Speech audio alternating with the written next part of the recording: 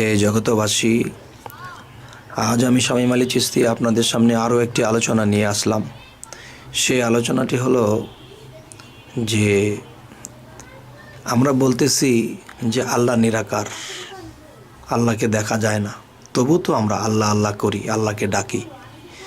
কিন্তু দেখা যায় শয়তান, যে আমরা বলি যে শয়তান, আসলে শয়তানকে কে কখনো আমরা দেখেছি? তবে শয়তানকে যখন দেখি না, তো অবশ্যই দেখা যায় যে শয়তানও নিরাকার। তাহলে আল্লাহও নিরাকার এবং শয়তানও নিরাকার। আর যদি কেউ বলে যে আমি শয়তানকে দেখেছি, তাহলে আমাকে দেখান। যদি কেউ বলেন যে হ্যাঁ আমি আল্লাহকে দেখেছি, তাহলে আমাকে দেখান, তাহলে দেখাতে পারবেন না। আচ্ছা, তা এখন যে মূল বিষয়টি হলো, সেই মূল বিষয়টি হলো যে শয়তান নিরাকার, আল্লাহও নিরাকার। তাহলে দেখেন, এই পৃথিবীর মানুষে যদি আল্লাহর নাম নেয়, তো আল্লাহর নাম নিলে দেখা যায় সারাদিনে যতবারই নিক, কিন্তু এর পাশাপাশি কিন্তু শয়তানের নামটাও নেয়। কেননা এই শয়তান, এই লোকটা শয়তান, এই লোকটা ভালো না। বাচ্চারা দুষ্টামি করলে এই শয়তানি করো কেন, মানে বিভিন্ন দেখা গেছে সারাদিনেও শয়তানের নামটাও নেওয়া হইতেছে। আচ্ছা, আল্লাহর নাম তো একটু বেশি নেওয়া হয়, নামাজ পড়ে রোজা করে আল্লাহর নাম নেয়, কিন্তু শয়তানের নামটাও কিন্তু পাশাপাশি কম নেওয়া হয় না। এই জন্য শয়তান বলতেছে যে আল্লাহ নিরাকার, তবু তো আল্লাহকে ডাকে। কিন্তু আমি শয়তান, আমাকে কি কোনো মানুষ দেখেছে? যদি দেখে থাকে তাহলে কীরূপে দেখেছে তারা? আচ্ছা, সেটা কথা নয়। কথা হলো আল্লাহকে দেখে না, আল্লাহকে নিরাকার বলে ডাকে। শয়তান যে আমি শয়তান, আমাকে তারা নাম নিতেছে, কিন্তু আমাকে তো দেখেনি। তাহলে তাদের কাছে আল্লাহ যেরকম নিরাকার, আমিও তো নিরাকার। যাই হোক, এই কথাগুলোর মধ্যে বিশেষ রহস্য লুকানো আছে, যদি আপনারা একটু কষ্ট করে বুঝে নিতে পারেন। এখন দেখা গেছে যে সারা দিন রাতের মধ্যে যদি আমরা আল্লাহর নাম 100 বার 150 বার নেই, কমসে কম 20-30 বার সারাদিনে শয়তানের নাম নিতে হয়। এই লোকটা শয়তানি করেছে, এই বাচ্চারা তুমি শয়তানি করো কেন, এই বিষয়টা, আরে আমি কি ভুল করে ফেললাম, আমি কি অজান্তে শয়তানি করে ফেললাম। তাহলে বোঝা গেল যে আল্লাহর নামের পাশাপাশি শয়তানের নামটাও মানুষ বলে। আর এই শক্তি নিয়েই কিন্তু শয়তান চলে। তবে শামীম আলী চিশতি যাই কিছু আপনাদের সাথে বলে, সেটি একটু বোঝার চেষ্টা করবেন, একটু গভীর জ্ঞানে বুঝবেন। তবে দেখেন যে আল্লাহ বলেছে কি, আমি আলোকিত। আল্লাহ যদি বলে থাকে আমি আলোকিত, আমি আলো, তাহলে দেখবেন এই পৃথিবীতে শুধু আলোই ভরে যাবে। আলো হতে হতে হতে হতে আলোয় ভরে যাবে, কিন্তু দেখা গেছে এই পৃথিবী চলবে না। আবার দেখবেন যে আল্লাহ তো বলেছে আমি আলো, কিন্তু শয়তান যদি বলে আমি শুধু অন্ধকার আর অন্ধকার, আমি অন্ধকার, তাহলে সারা বিশ্ব ব্রহ্মাণ্ড যদি শুধু অন্ধকারে ভরে যায়, তখন কিন্তু এই বিশ্বজগৎ চলবে না। তাহলে দেখা গেছে কি যে আল্লাহ আলোর পাড়ে রয়ে গেলেন, এবং আলোর পরিচালনাকারী এবং আলো দেওয়ার যে দায়িত্ব, এটা আল্লাহ নিজেই নিয়ে নিলেন। এখন যদি আল্লাহ বলতো যে হ্যাঁ অন্ধকার আমি পরিচালনা করব এবং আলো আমি নিজেই পরিচালনা করব, তাহলে দেখবেন যে যেখানে অন্ধকার আছে সেখানে যদি একটা আলো যায়, তখন সেখানে অন্ধকার থাকে না। আর অন্ধকার যদি না থাকে, তাহলে সেখানে সৃষ্টি হবে না। হে জগতবাসী, যে যদি সৃষ্টি না হয়, সেখানে অন্ধকার না হলে সেখানে সৃষ্টি হবে না, তাহলে অন্ধকারের দরকার। এবং সারা বিশ্ব যদি অন্ধকারে ছেয়ে যায়, তবেও কিন্তু জগৎ চলবে না, আলোর দরকার। তবে এর ছোটোখাটো একটা ইঙ্গিত করছি, যে দেখেন চাঁদের আলো আলো না, কিন্তু জোছনা, এতে কিন্তু মানুষ চলাফেরায় কষ্ট, ওই জোছনার আলো দিয়ে চলবে না, সূর্যের আলোর দরকার।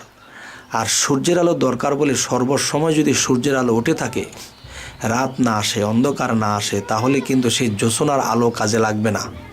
আচ্ছা, তাহলে জোছনার যে আলোটি চাঁদের থেকে দেওয়া হচ্ছে, তখন জমিনে যখন ধান বোনা হয়, তখন চাঁদ যেরকম সাদা, তেমনি ধানের ভিতরে দুধের মতো আগে হতে থাকে, এরপরে এই দুধের মতো হয়ে ধানের ভিতরে চাউলের সৃষ্টি হয়।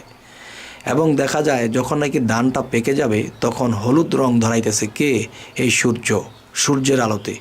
তাহলে চাঁদ এবং সূর্য দুটি জিনিসেরই আমাদের প্রয়োজন। আচ্ছা, এখন আলো এবং অন্ধকার, আলোর যেরকম আমাদের প্রয়োজন, অন্ধকারেরও প্রয়োজন। তবে অন্ধকার যদি একদিনের জায়গায় 10 দিন রাত্র হয়ে থাকে পৃথিবী, তাহলে পৃথিবী চলবে না। তাহলে যতটুকু পরিমাণ দরকার অতটুকুই হতে হবে, আলো যতটুকু পরিমাণ দরকার অতটুকুই হতে হবে। এর চেয়ে বেশি যদি হয় তখন কিন্তু আমাদের আর হবে না। তবে হে জগতবাসী, যে শয়তান বলতেছে যে আমি অন্ধকার, আমাকে মানুষ শয়তান বলে। আসলে কি শয়তান জানেন? তিনি সমস্ত জ্বালা যন্ত্রণা সইতে হেতান কি হয়েছে, শয়তান হয়েছে। আসলে কিন্তু আল্লাহর কাছে সে বিশাল বড় একটা কর্মচারী, যে সে অন্ধকারের ডিউটি করে। অন্ধকার কি দেখেন? আপনার আমার সৃষ্টি হয়েছে অন্ধকারে। দেখবেন মায়ের গর্ভে সেই নাভির নিচে যে জায়গাটা, এই জায়গাটা অন্ধকার। আর এই অন্ধকারের মধ্যে যখন বীজ রোপণ করা হয় তখন কিন্তু একটা সন্তান জন্ম নেয়। হ্যাঁ, এই হলো একটা বিষয়। আরেকটা বিষয় হলো কি, যে দেখবেন একটা বিচি যদি মাটির তলায় কেউ বনে, এবং মাটির তলায় কিন্তু অন্ধকার, আর সেই অন্ধকারের মধ্যে কিন্তু বিচিটা দো পাতা নিয়ে সেটা জ্বালাইলো, তাহলে অন্ধকারের মধ্যে এই জন্ম সৃষ্টির কাজ করতেছে কে? এই মুকরম। তাহলে সে কিন্তু আল্লাহর বিশাল কর্মচারী। সে কিন্তু এখনও পর্যন্ত মায়ের গর্ভে সেই বাচ্চা বা সেই মানুষ বা আদমের বাচ্চা তাই সে গঠন করতেছে। সেখানে কোথায়? সেখানে অন্ধকার।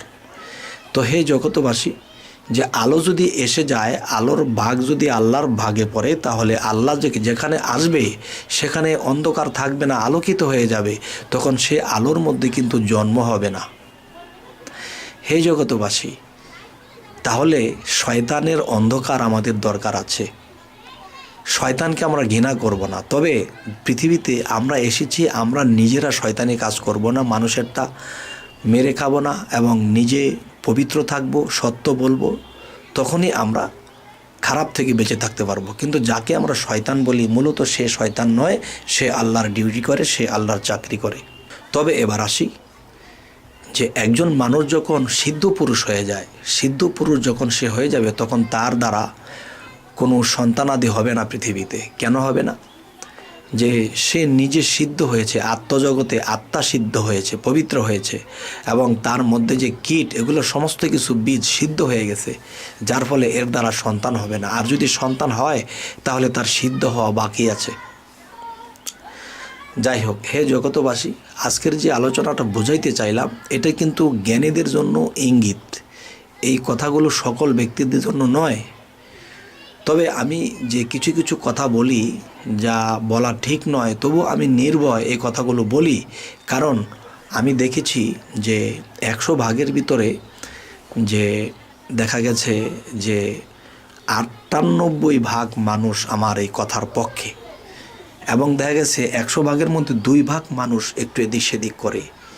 তো বুঝলাম যে 98 ভাগ যদি আমার পক্ষে থাকে, তাহলে আমি আমার মন মতো আমি কথা ছাড়তে পারি। আপনারা কি সন্তুষ্ট না অসন্তুষ্ট, না এই ধরনের আলোচনা আরও সামনে করব কি করব না, আপনাদের কেমন লাগে অবশ্যই জানাবেন।